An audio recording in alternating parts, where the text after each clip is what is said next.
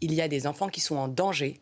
Ils sont en danger parce que nous savons qu'il y a des pédocriminels qui ont acheté des produits. Ce sont des corps d'enfants en miniature, de 6 ans, 7 ans, 8 ans d'apparence, voire des horreurs plus dures encore à entendre, puisque nous les avons trouvées il y a quelques heures encore, des nourrissons avec malheureusement des bouches articulées. Je vous laisse imaginer l'abject que ça signifie. Et nous avons saisi la justice parce que nous souhaitons, et je souhaite, qu'on puisse aller chercher les acheteurs et d'engager la chaîne de responsabilité de l'ensemble des intervenants.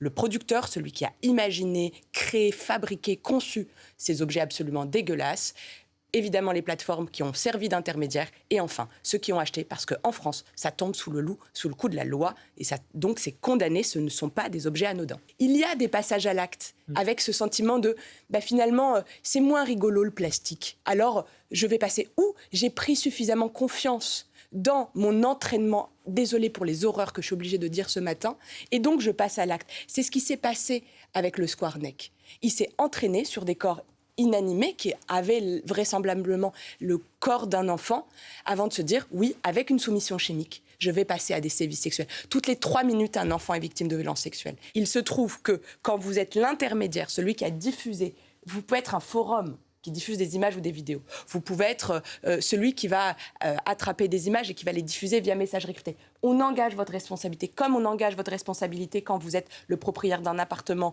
ou le propriétaire d'un hôtel où vous logez de la prostitution et de l'exploitation sexuelle faite sur les mineurs. Et c'est ça la différence. Donc Chine, à la différence d'autres situations, d'autres objets qui ont pu être retirés, verra sa responsabilité engagée, comme AliExpress, comme Vinted, comme l'ensemble des affaires qui sont aujourd'hui ouvertes. Non pas que ce soit global, c'est spécifique. Aujourd'hui, ces objets ne sont pas anodins, c'est des objets pédopornographiques, et donc ça tombe sous le coup de la loi. Et encore une fois, moi, mon obsession, c'est bien sûr de les faire retirer, mais c'est pas ça. Mon combat, il est, on a besoin de retrouver les personnes qui ont acheté, on a besoin de dire que ce n'est pas normal de retrouver ça sur une plateforme d'achat où on peut acheter un pull et je sais pas quoi, un mixeur. Vous vous rendez compte la banalisation que ça signifie? Avant, il fallait aller sur le dark web, cacher son identité. Là, vous faites livrer par la poste.